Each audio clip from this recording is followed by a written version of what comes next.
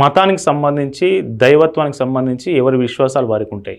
So ఎవరి గుడులు వారికి ఉంటాయి, ఎవరి ప్రార్థనా మందిరాలు వారికి ఉంటాయి. హిందువులకు ఆలయాలు ఉంటాయి, ముస్లింలకు మసీదులు ఉంటాయి, సో అట్లాగే క్రిస్టియన్లకు చర్చిలు ఉంటాయి.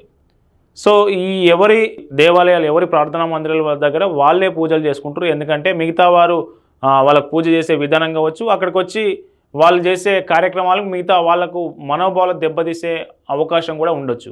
సో అందుకే ఏం చేసిందంటే ఉమ్మడి ఆంధ్రప్రదేశ్లో 2007లో ఒక జీవో తీసుకొచ్చింది గవర్నమెంట్. అప్పుడు ఆ జీవోలో ఏం చెప్పిందంటే ఏవి టెంపుల్స్, హిందువుల టెంపుల్స్ ఏమేమి టెంపుల్స్, ఆ టెంపుల్స్ దగ్గర ఎట్లాంటి నియమావళి ఉండాలి, ఎట్లాంటి నియమావళి పాటించాలనే దాని మీద 2007లో అప్పటి సీఎం రాజశేఖర రెడ్డి గవర్నమెంట్లో ఆ జీవో వచ్చింది. ఆ జీవో ఏంటంటే, సో ఇది ఆ జీవో. సో ఏమేమి టెంపుల్స్ అనేది ఆ టెంపుల్స్ నోటిఫై చేసింది. అట్లా నోటిఫై చేసిన తర్వాత టెంపుల్స్ దగ్గర అన్యమతస్థులు, అంటే ఇప్పుడు హిందువుల ఆలయం వద్ద మిగతా మతస్థులు, అది క్రిస్టియన్స్ కావచ్చు, ముస్లింలు కావచ్చు, అట్లాగే మిగతా మతానికి సంబంధించిన వారు కావచ్చు, వాళ్ళు ఎట్లా ఉండాలనే దాని మీద కూడా కొంత డీటెయిల్స్ జీవోలో చెప్పడం జరిగింది. అయితే ఇతర అన్యమతస్థులు వాళ్ళ మతపరమైన చిహ్నాలు కావచ్చు, వాళ్ళ మతపరమైన వస్తువులు కావచ్చు, వాళ్ళ మతపరమైన జెండాలు పట్టుకొని హిందూ ఆలయాలకు రావద్దనేది ఆ జీవో యొక్క సారాంశం. సో ఇక్కడ క్లియర్గా స్పష్టంగా ఉంది, హిందూ దేవాలయాలకు మిగతా అన్యమతస్థులు వాళ్ళ మతానికి సంబంధించిన చిహ్నాలు, గుర్తులు, జెండాలు, అట్లాగే వస్తువులతో ఇందులోకి రావద్దనేది అక్కడ అభ్యంతరం. సో దీనికి సంబంధించి ఇప్పుడు ఏపీలోని మహానందిలో జరిగినటువంటి ఇన్సిడెంట్ ఇప్పుడు చర్చనీయాంశంగా మారింది. ఆ ఇన్సిడెంట్ ఏంటంటే చూసినాం కదా, ఇది మహానంది ఆలయంలోకి ముస్లిం అతను క్యాబ్ పెట్టుకొని మరి ఆలయం ప్రధాన ద్వారం నుండి లోపలికి పోయిండు, మళ్ళీ బయటకు వచ్చిండు.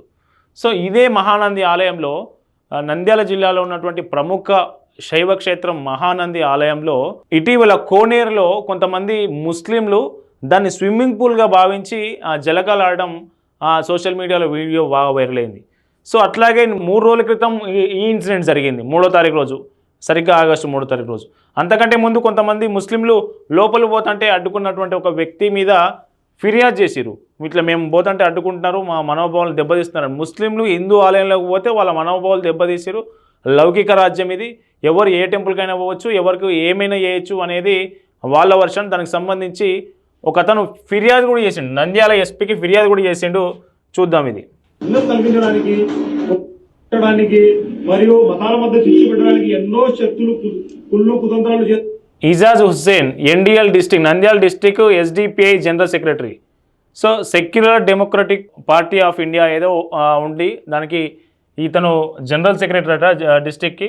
సో ఇతను నంద్యాల ఎస్పీకి కలిసి ఫిర్యాదు చేసిండు. ఏమని ఫిర్యాదు చేసిందంటే, ఇక్కడ కింద ఉన్నాడు కదా ఇతను ముస్లిం వ్యక్తి, ఇతను గుడిలోకి పోతూ ఉంటే ఇక్కడ ఉన్నటువంటి హిందూ ఇతను అడ్డుకున్నాడు. సో మీరు ఎట్లా పోతారు, మా అన్యమతస్తులు కదా, మా గుళ్ళకి ఎట్లా పోతారు మీరు రావద్దు అని అడ్డుకున్నందుకు ఇతని మీద వీళ్ళు పోయి ఎస్పీకి ఫిర్యాదు చేశారు. సో ఇతర అన్యమతస్తులు మా గుళ్ళకు రావద్దబ్బా అన్నందుకు ఎస్పీకి ఫిర్యాదు చేశారు. అంటే మన ఆలయం, అంటే హిందువుల ఆలయానికి సంబంధించి జరిగినటువంటి ఇన్సిడెంట్ ఇది. దీనికి సంబంధించి సోషల్ మీడియాలో భిన్న అభిప్రాయాలు వ్యక్తమవుతూ ఉన్నాయి. ఇక్కడ ఈవో ఎవరైతే ఉన్నారో, మహానంది ఈవో ఎవరైతే ఉన్నారో ఆ ఈవో కనీసం పట్టించుకోవట్లేదు. మిగతా మతాల వాళ్ళు వచ్చి ఈ ఆలయాన్ని వాళ్ళు ఇష్టం వచ్చినట్లుగా వాడుకుంటున్నా ఈవో స్పందించట్లేదు అనేది అక్కడ ఉన్నటువంటి హిందూ సంఘాలు డిమాండ్ చేస్తూ ఉన్నాయి. ఈ ఇన్సిడెంట్కి సంబంధించి మనం అక్కడి వ్యక్తితోని మాట్లాడే ప్రయత్నం చేద్దాం. అసలు ఏంటి ఇన్సిడెంటు, ఎందుకు అట్లా మహానందిలో మాత్రమే ఎందుకు అట్లా జరుగుతూ ఉన్నాయి అనేది మనం ఒక్కసారి ఆయనను ఫోన్ తీసుకొని మాట్లాడే ప్రయత్నం చేద్దాం.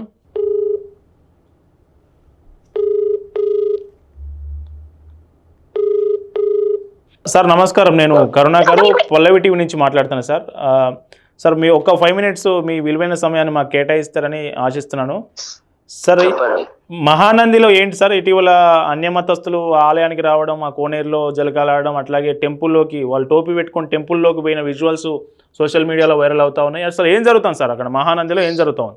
రాష్ట్ర అధ్యక్షుడు హిందూ దేవాలయాల పరిరక్షణ సమితి అండి. ఓకే. మహానంది క్షేత్రంలో ఒక శాసనం ఉంది, అన్యమతస్తులు రాకూడదు అన్నటువంటి ఒక శాసనం ఉంది. ఓకే. దాన్ని సరిగా ఇంప్లిమెంటేషన్ చేయని కారణంగా ఈ కోనేర్ల విషయాల్లో ఈ పబ్లిక్ సంబంధించి కోనేర్లకు చూడడం లేదు. యాక్చువల్ గా అవి పుష్కరిణులు, అవి స్విమ్మింగ్ పూల్ గా చూస్తూ అమ్మాయిలు ఇటు పక్క పెద్దలు ఇటు మహిళలు ఉంటారు అన్నటువంటి దృష్టికోణంతో కొంతమంది అన్యమతస్తులు టార్గెట్ చేస్తుండ్రు కోనేరులను. ఓకే.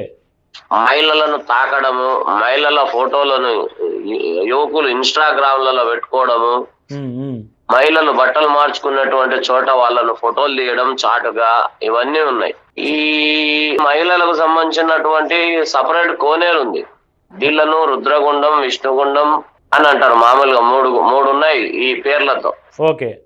ఈ దీళ్లను టార్గెట్ చేస్తూ చాలా ఘోరంగా అమ్మాయిలు కానీ ఇట్లా మహిళల విషయాల్లో చాలా వరకు ఉన్నారు. గతంలో కూడా ఒక సంవత్సరం క్రితం మహానందిలో ఉన్నటువంటి అమ్మాయి విషయంలో కూడా వీళ్ళు అవుకు నుండి కొంతమంది వచ్చేసి మహిళల ప్రైవేట్ పార్ట్ను దాకిండ్రు.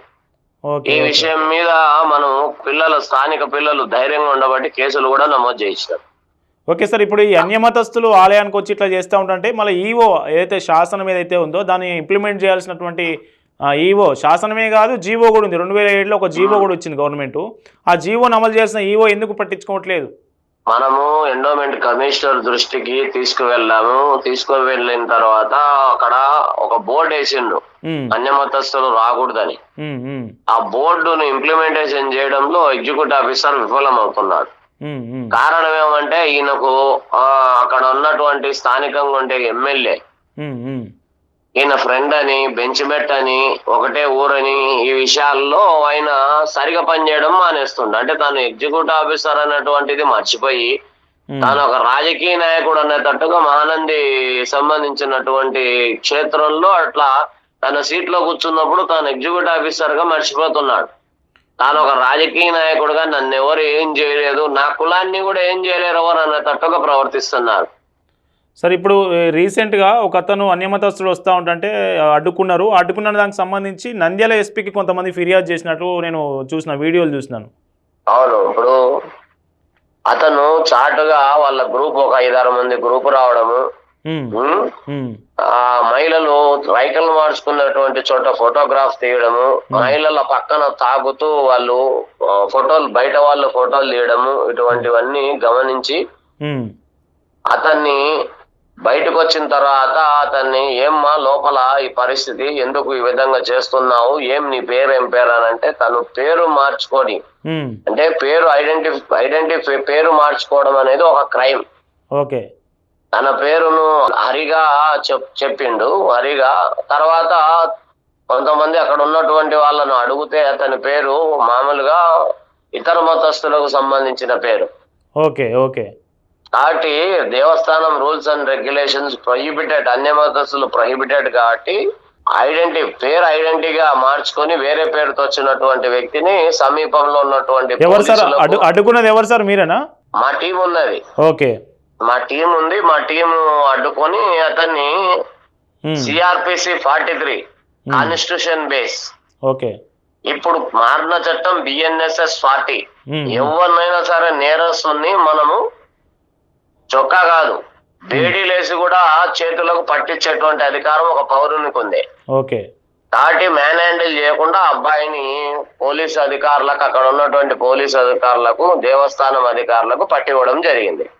ఓకే సార్, ఇప్పుడు ఈ ఇన్సిడెంట్ మొత్తానికి సంబంధించి మీరు ఫైనల్ గా ఒక మాట చెప్పాలనుకుంటే ఏం చెప్తారు సార్? హిందువులకు ఏం చెప్తారు, అన్యమతస్తులకు ఏం చెప్తారు? ఒకటే, మహిళలను ఇబ్బంది పెడుతూ మహిళల యొక్క ఏదైతే ఆత్మాభిమానం గాని వాళ్ళ యొక్క పర్సనల్ సంబంధించినటువంటి దాళ్ళ మీద ఈ విధంగా అదే పనిగా కోనేరు దాన్ని స్విమ్మింగ్ పూల్ గా మార్చుకొని మహిళలు ఫ్రీగా చిక్కుతారన్నట్టుగా వచ్చేసి ఆడ అరాచకాలు చేస్తే ఒప్పుకునే పరిస్థితి హిందూ దేవాలయాల పరిరక్షణ సమితి ఒప్పుకోదు. దీన్ని మున్ముందు ఇంకా తీసిపోయి కట్టుదిట్టం చేయడంలో మేము ముందుంటాం. దీన్ని కమిషనర్ దృష్టికి, ప్రిన్సిపల్ సెక్రటరీ దృష్టికి కూడా ఈ మధ్య కాలంలో తీసుకుపోయినాం. అయినా ఈ మధ్య కాలంలో కూడా ఈ 3వ తారీఖు కూడా ఒక వ్యక్తి డైరెక్ట్ గా అన్నమత చిహ్నం తల మీద టోపీతో దేవాలయ ప్రాంగణంలోకి పోయి అక్కడ అమ్మవారి గుడిని మరియు అయ్యవారి గుడిని ఎందుకు టార్గెట్ చేస్తున్నారు, ఈ ఎస్డిపిఐ ఏమన్నా సపరేట్ గా ఏమన్నా రెక్కి నిర్వహిస్తుందా తన కార్యకర్తలతో, ఏమన్నా మానంది క్షేత్ర భద్రతకి ఏమన్నా సమస్యలు ఉన్నాయనేటువంటిది మరి పోలీసులు ఒక దృష్టికోణంలో చూడాలి. ఎందుకంటే ఎస్డిపిఐ అయినటువంటి చరిత్ర, పోలీసుల మీద దాడులు అయితేనేమి, పోలీస్ స్టేషన్ల ముట్టడైతేనేమి, ఇటీవల కార్లు కాల్చిన సంఘటన 10 దాకా సెన్సేషనల్ న్యూస్ ఉన్నాయి నంద్యాల జిల్లాలో. ఓకే. కాబట్టి కావాల్సిగా కొంతమందిని మహానంది రెక్కి ఏమన్నా నిర్వహిస్తుందా, ఏమన్నా జరిగేటట్టుగా ఏదన్నా ప్రయత్నాలు చేస్తుందా అనేది కూడా పోలీస్ అధికారులు, ఇటు ఆలయ అధికారులు చూసుకోవాలి. ఓకే సార్, థ్యాంక్ యూ మీ విలువైన సమయాన్ని మాకు కేటాయించినందుకు. సో ఈ హిందూ దేవాలయాలకు సంబంధించి అన్యమతస్తులు రావద్దనే నిబంధనలు, శాసనాలు కఠినంగా ఉన్నా కానీ వాళ్ళ ఉద్దేశపూర్వకంగా వాళ్ళు వస్తున్నట్లు మనకు స్పష్టంగా అర్థమవుతుంది. దీనికి సంబంధించి ఏపీ గవర్నమెంట్ ఎట్లాంటి చర్యలు తీసుకుంటుంది అనేది మనం వేచి చూడాలి. చూస్తూనే ఉండండి పల్లవి టీవీ. లౌకిక ఐక్యవేదిక ఆధ్వర్యంలో నంద్యాల జిల్లా ఎస్పీ గారిని కలవడానికి రావడం జరిగింది. రాష్ట్ర వ్యాప్తంగా శాంతి భద్రతలకు నిలమైన స్థానము. దానితో పాటు మత సామరస్యంలో నంద్యాల ఎల్లప్పుడూ ముందుంటుంది.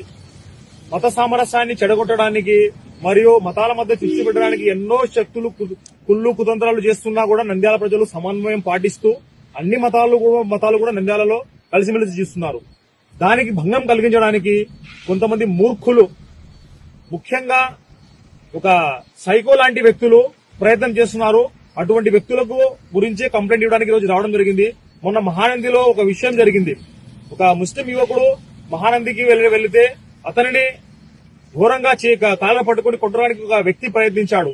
దాన్ని లౌకిక ఐక్యవేదిక ఖండిస్తుంది. ఆలయాలు గాని, మసీదులు గాని, వేరే ప్రార్థనా స్థలాలు గాని ఎవరికి వారి హక్కు ఉంది. వారి సెంటిమెంట్ ని ఎవరు అగౌరవపరచకూడదు. మహానంది చూసుకుంటే కొన్ని సంవత్సరాల నుంచి చాలా మంది అక్కడ అన్యమతస్తులు కూడా వెళ్తుంటారు.